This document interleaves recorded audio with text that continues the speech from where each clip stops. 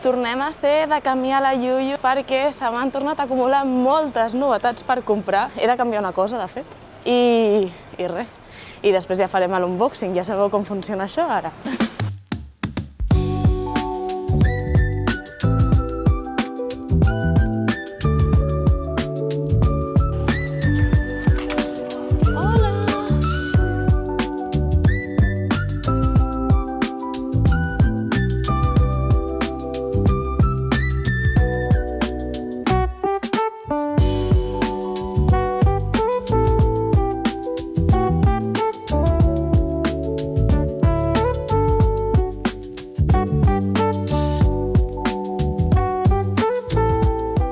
Ja tenim el botí i estic literalment al costat de casa, així que probablement demà al matí, perquè ara és molt tard i no m'entrarà gaire llum a casa, farem un bolsing o un boxing o un bossing, o digueu-li com vulgueu.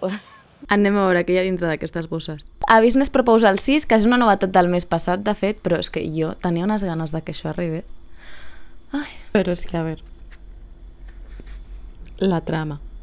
Business Proposal és un dels meus K-drames preferits. De fet, jo tenia moltíssimes ganes que el llicenciessin perquè el live action em sembla una meravella. En plan, si voleu començar amb el món dels K-drames i no sabeu quina sèrie veure, però us ve de gust veure una comèdia romàntica que sigui divertida, que tingui protagonistes empoderades, gracioses, that's for you. Tireu de cap amb el live action de Business Proposal. Si no m'equivoco, el manu és adaptació d'una novel·la. En qualsevol cas, el dibuix és xulíssim, sento que està molt ben estructurat, les vinyetes es llegeixen superràpid. Business Proposal bàsicament va d'aquesta noia, que és la millor amiga d'aquesta noia, que aquest és l'1, perquè si no era una mica estrany explicar-vos-ho, perquè volia buscar imatges sense spoilers. És que és boníssim, és molt divertit, tio. I bàsicament la família d'aquesta noia és rica i l'està apretant una miqueta perquè es casi. Aleshores, elles dues el que fan és que, a canvi de diners, perquè ella està pagant el seu deute universitari, el que fa és ella anar a les cites i treure's de sobre els candidats que li han enxufat amb ella. El cas és que després de que ella li pregui moltíssim, el que passa és que va a la que se suposa que serà l'última cita. I a qui es troba és aquest senyor, que més endavant descobrirà que és el seu no cap. A mi, de veritat, aquesta sèrie m'agrada moltíssim, em sembla superdivertida, sento que té un sentit de l'humor com a mínim molt afí amb mi, i hi ha escenes hotis que sempre són de grai. I l'altra novetat de Planeta que m'he comprat és Princess Jellyfish 8. No sabeu les ganes que tinc de posar-me al dia amb aquesta obra. Akiko Higashimura és una de les meves mangakes preferides. Si heu vist algun vídeo meu, suposo que ja ho sabreu. Però aquesta obra és molt divertida, jo l'adoro. El sentit de l'humor d'Akiko Higashimura és lo más. Realment em ric amb Princess Jellyfish, que m'ofego de riure moltes vegades. És que la medusita, tio. És que això, tio, no és mono. He de dir que amb aquesta obra, per exemple, estic molt contenta perquè després dels tankobons de Tokyo Girls poder llegir Princess Jellyfish amb aquesta pedazo d'edició Kanzenban, mis 10. Bàsicament tenim a la Tsukimi, que viu en una casa de dones, que no poden entrar homes, i són un grup una mica d'antisocials molt entranyables, he de dir. Els hi pillareu carinyo superràpid a totes. La Tsukimi és una flicarda de les meduses, i un dia intentant salvar una medusa a una botiga, després que el tracti molt malament una persona, apareix aquesta donassa d'aquí que per ella és deslumbrant i quasi bé li talla la respiració, però que descobrirà que no és ben bé una dona. A partir d'aquí doncs, aniran passant un seguit d'històries que en realitat són molt entranyables perquè tot ajudarà a que la Tsukimi doncs, s'obri una mica més, trenqui una mica més els seus prejudicis, pugui fer coses que mai hauria somiat que podia fer i que li encanten. Per mi és una història molt divertida, amb un sentit de l'humor de Déu, us ho dic en sèrio, Akiko Higashimura, Déu meu, és que és meravellosa.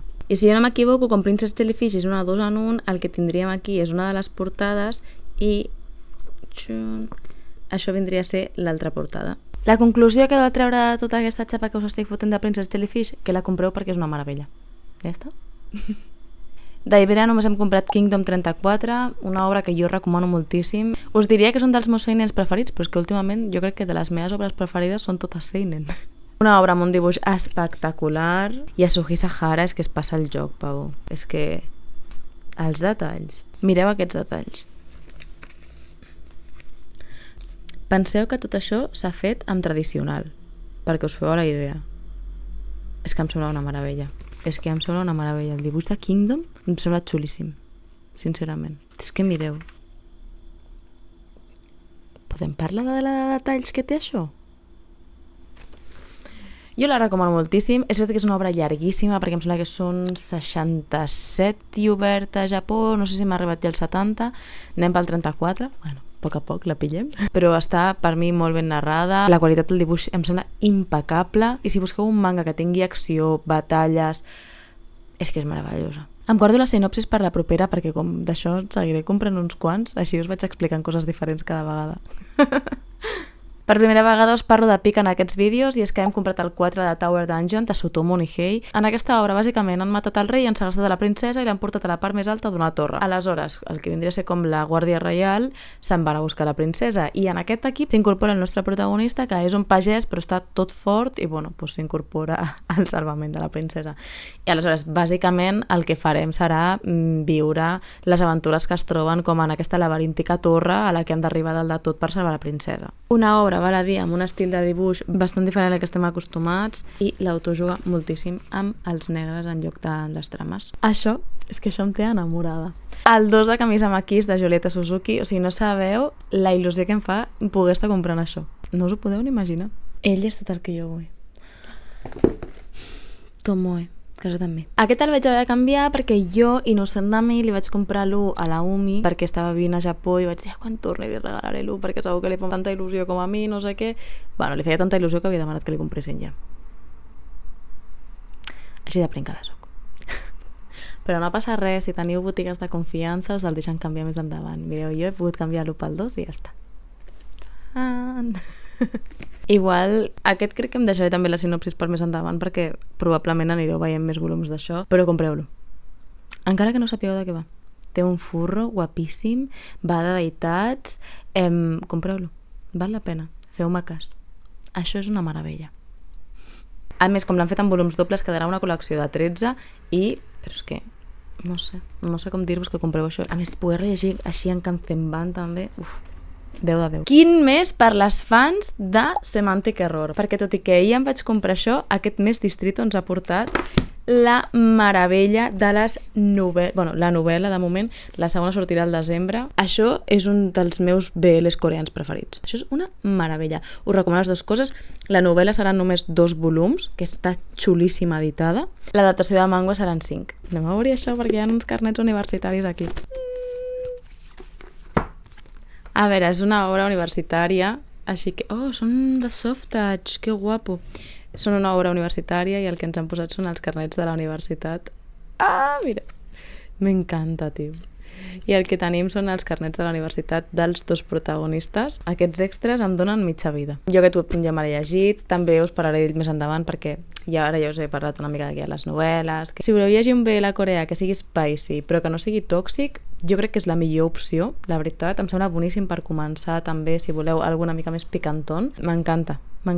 Això és meravellós. I aquest home d'aquí, Jae-young, és un dels meus crush més màxims del món dels BLs coreans. I ja que estem parlant de Semantic Error, us dic també que el live action d'aquesta sèrie em sembla lo más. És dels meus BLs coreans de sèrie preferits també. La química dels protagonistes. Hi ha un morreazo. No. Dadle, go for it. I ara que ja estem més o menys a la meitat del vídeo, és el moment perfecte per recordar-vos allò de que si us està agradant el vídeo li dongueu al like, si no esteu subscrits us subscriviu i li dongueu a la campaneta per no perdre-us cap de les novetats que aniré penjant. I ja comencem amb la recta final, que són les novetats que van sortir de Milky Way a finals del mes passat, que les començo amb Los tranquilos días de Yano número 7. Bueno, ja us he parlat d'aquesta obra, ja us he explicat una mica de què va. És un romanç super tendre, super tranquil·let, sobre un noi que és molt torpe i una noia que és adorable, la veritat, i que sent la necessitat d'intentar-lo protegir de tot el que li pugui passar, que no són poques coses. Ja us vaig parlar també de que tenia live action, però jo tinc moltes ganes de veure l'anime, que encara no me l'he pogut començar, de moment tenc només un capítol amb emissió. De veritat que si us agraden els Slice of Life, que és un dels meus gèneres preferits, ja ho sabeu, que són així una mica tranquil·lets, que vius l'evolució dels personatges, que hi ha romans, és que també veure com el llano es va obrint a poc amb els amics, és que... No, és una d'aquelles obres que et deixa el cor calentet, boníssima. I que tant de bo l'anime li doni una empenta a les ventes d'aquest manga, perquè estic segura que Milky no l'està venent especialment bé. I és una obra que per mi es mereix tenir una mica més de reconeixement. El dibuix em sembla superbonic, però és que a més és que ja us dic, és que la història d'ells, de tots, dels amics, dels protagonistes, de com avança la relació romàntica, tot, és que per mi és una meravella. És que mireu quina bona parella fan! Déu meu de la meva vida, Skipalofer 11, no sabeu com s'ha fet de Praga aquest volum, de les meves obres preferides. Us he parlat d'ella 1000 vegades a Reels. Us he enxufat a animes que m'agradaria veure a SX3, a recomanacions de mangas. És que això és pura meravella. 10 de 10. 100%. Misaki Takamatsu, des d'aquí, t'estimo. Ploraré? Probablement. Però és que estem en un punt... Estem en un punt en què el Shima està... No. Bàsicament l'obra va que la Mitsumi és una noia de poble que s'ha anat a Tòquio a estudiar a l'institut perquè ella vol ser la presidenta de Japó. És que sona tot plegat meravellós.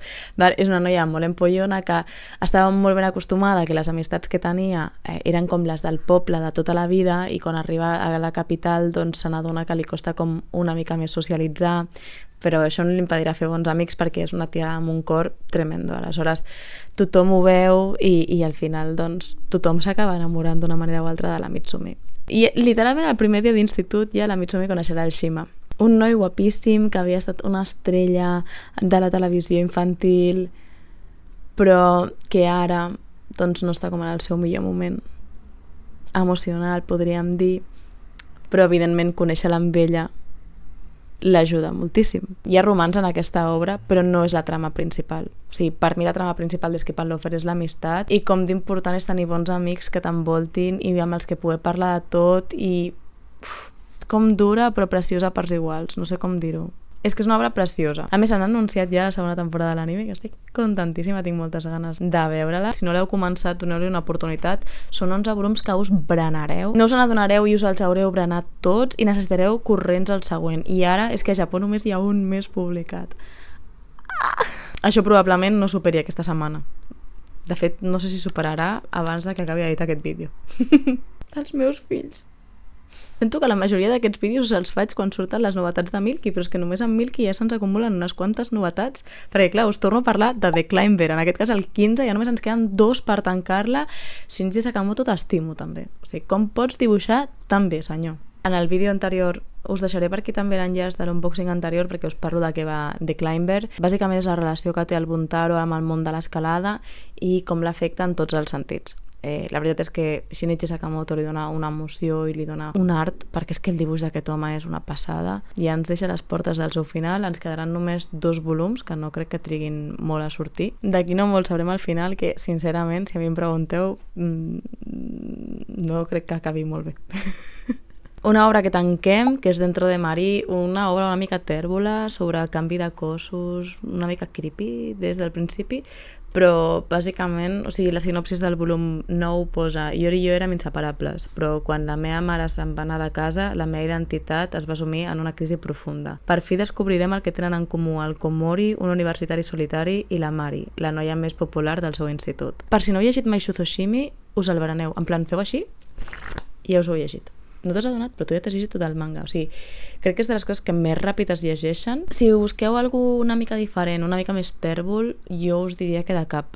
Per mi, Shuzoshimi té una manera de narrar que et fa sempre com reflexionar una mica a diversos temes que potser no t'havies plantejat o que t'havies plantejat, però aquí pots veure'ls des d'una altra perspectiva. No sé, a mi Shuzoshimi m'agrada molt, la veritat. No tinc massa més a dir d'aquesta obra. Com s'ha tancat, crec que em faré una relectura dels primers volums i me l'acabaré i probablement li faci un vídeo.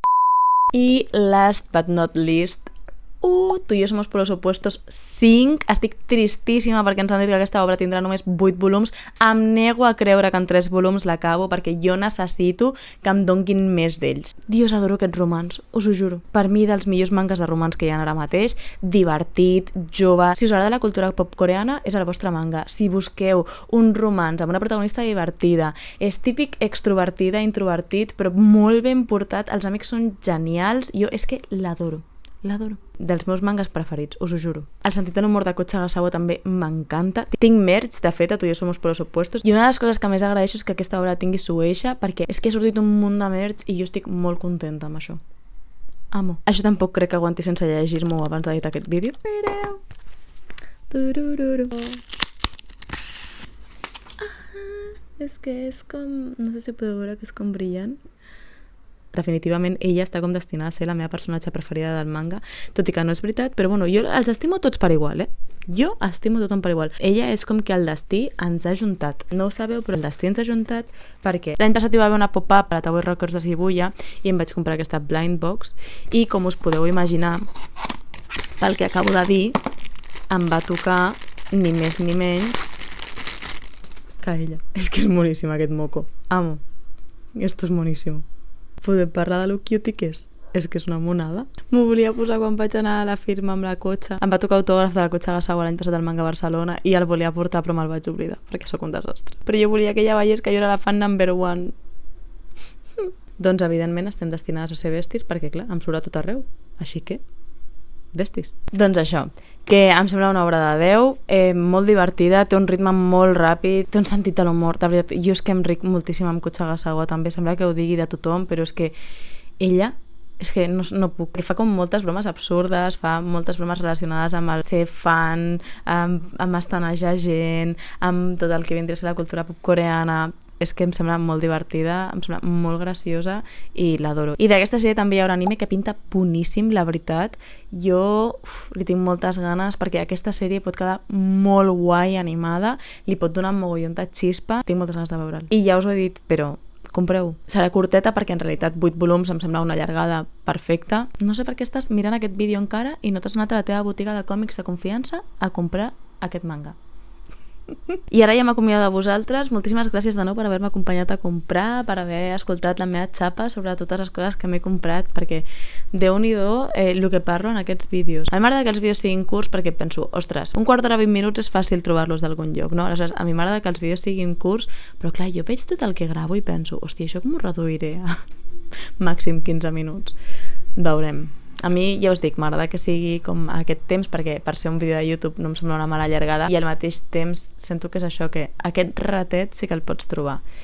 Així que no sé. Espero que us hagi agradat. Com sempre, deixeu-me comentaris si us ha agradat o si teniu ganes que faci algun vídeo d'alguna altra cosa, que us parli de qualsevol història. Jo, més que encantada d'agafar la càmera i donar-vos la turra. Sabeu que és una de les meves passions a la vida. Una vegada més, recordar-vos que si us ha agradat el vídeo li dongueu el like, si no esteu subscrits us subscriviu i li dongueu a la campaneta per no perdre-us cap dels vídeos que faré perquè us avisi allà YouTube cridant-vos la Lady Manga Hype ha fet un vídeo nou. Pues sí. Per això serveix la campaneta. Si m'acabo de descobrir, tinc pràcticament totes les xarxes socials del planeta i teniu els enllaços a la descripció del vídeo i crec que això seria tot, no? De veritat que no us podeu ni imaginar com d'agraïda estic. És que milers de milions de trilions de gràcies per haver vist el vídeo fins al final i ens veiem a la propera. Adeu!